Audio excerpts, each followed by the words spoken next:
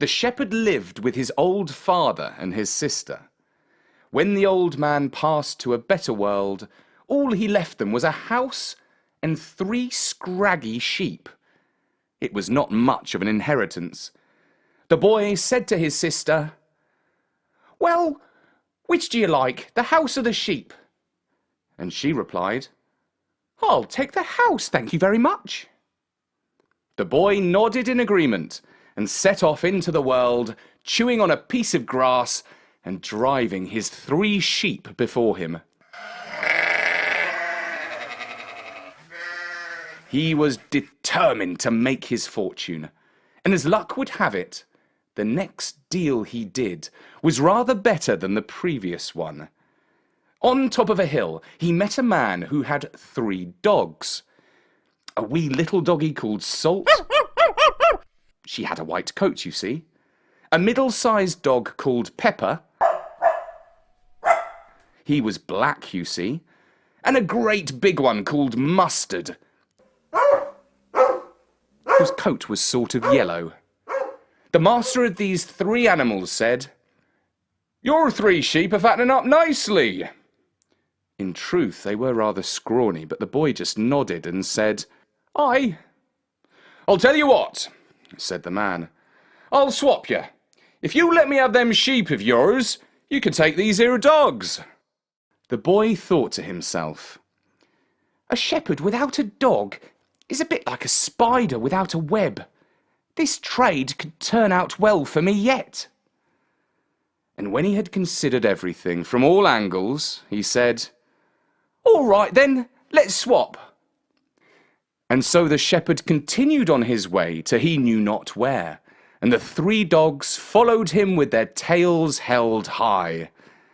Late in the evening, the boy sat down on a lump of grass and wiped his brow.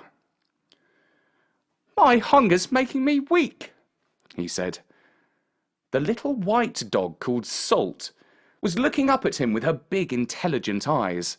She understood what he said and went running off. Soon she came back with a basket of food. It was filled with the most delicious things: roast partridge, asparagus, and new potatoes with herbs and butter. The boy happily tucked into his meal and did not neglect to share his good fortune with his faithful dogs.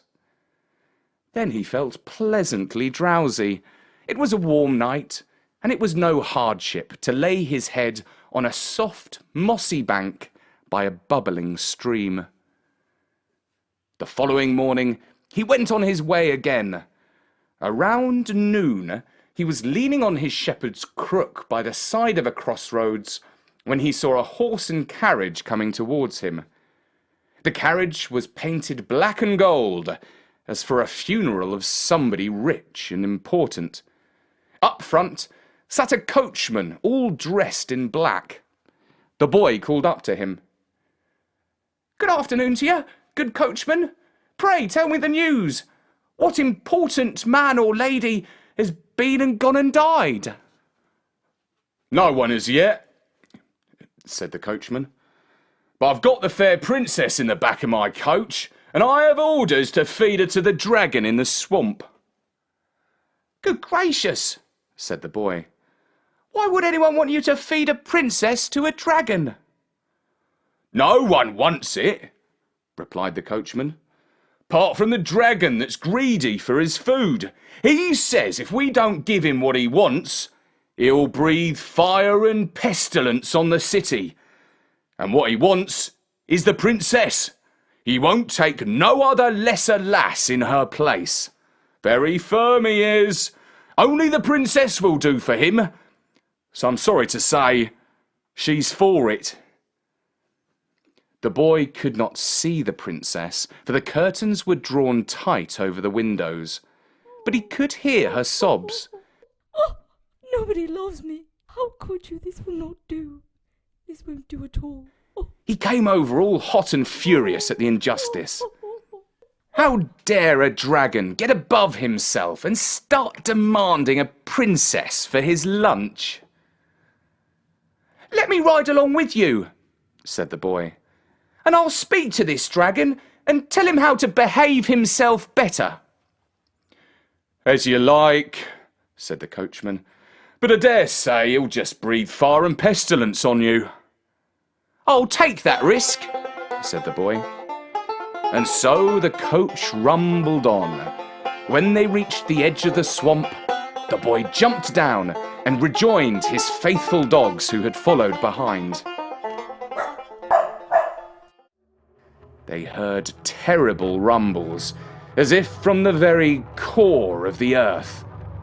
But actually, it was from the dragon's tummy.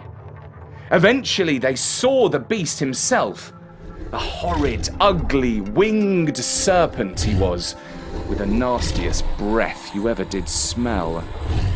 The little dog yapped. The big dog barked. And the middle-sized dog, called Pepper, dived into the swamp and went scrambling towards the monster. When he reached the dragon, a terrible fight broke out. From where the boy and the coachman were standing, it looked as if the dragon was sure to win. But Pepper got the swamp creature by the throat and killed him.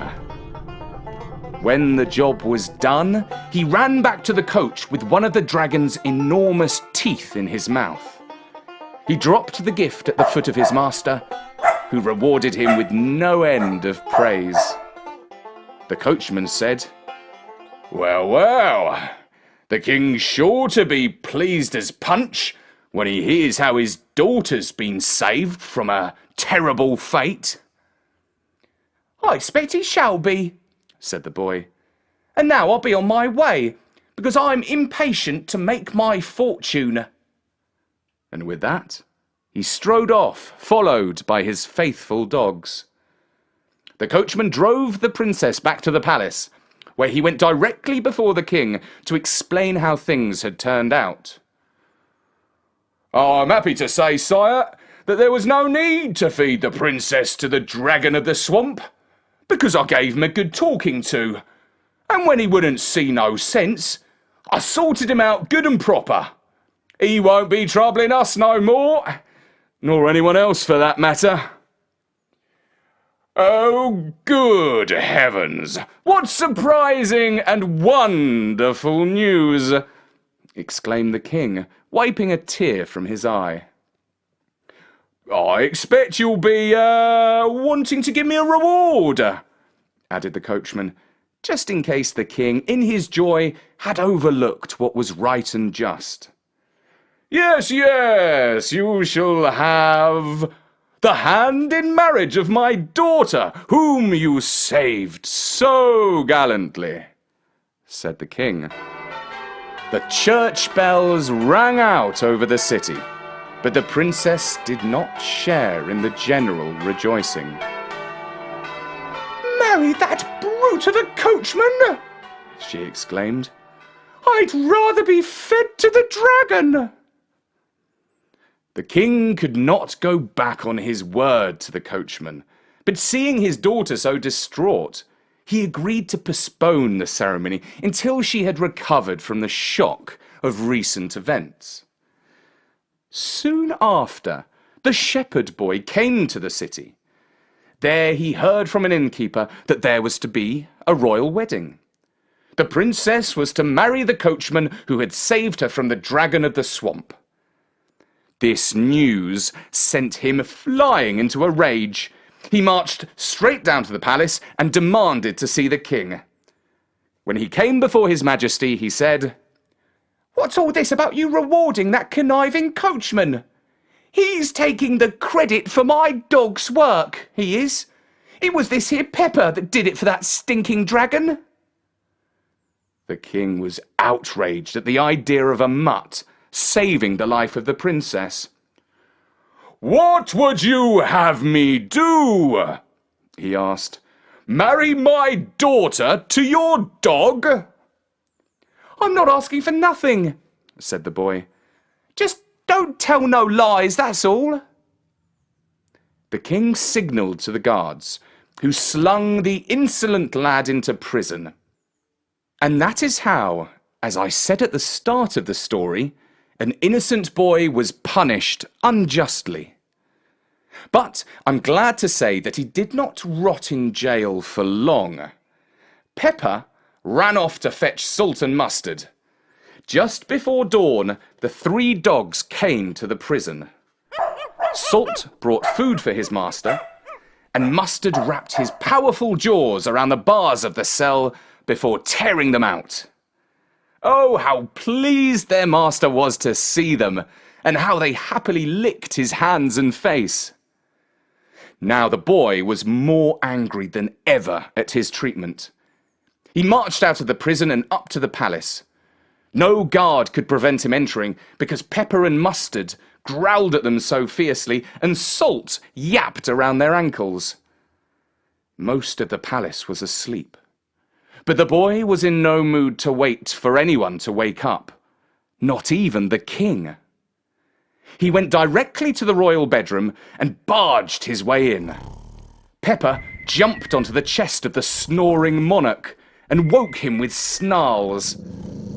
The boy drew the curtains to let in the early morning light before going up to the bed, shaking an enormous tooth in his hand. "Look at this here fang! It was Pepper that took it from the mouth of the dragon! Now do you believe us?" Yes, I believe you," said the king. "Only get this creature off me." "Gladly," said the boy, who let out a whistle which Pepper instantly obeyed. Later that morning, the king spoke to his daughter, who confirmed that it was true. She had indeed heard a great deal of barking when the dragon was being slayed. Although she had not been able to see anything from within the carriage, for the curtains were drawn and she was hiding her face beneath a pillow, she believed the lad's story. Now that she laid eyes on her true rescuer for the first time, she saw that he was not at all bad looking. She would far rather marry him than the ugly coachman. And so it was settled.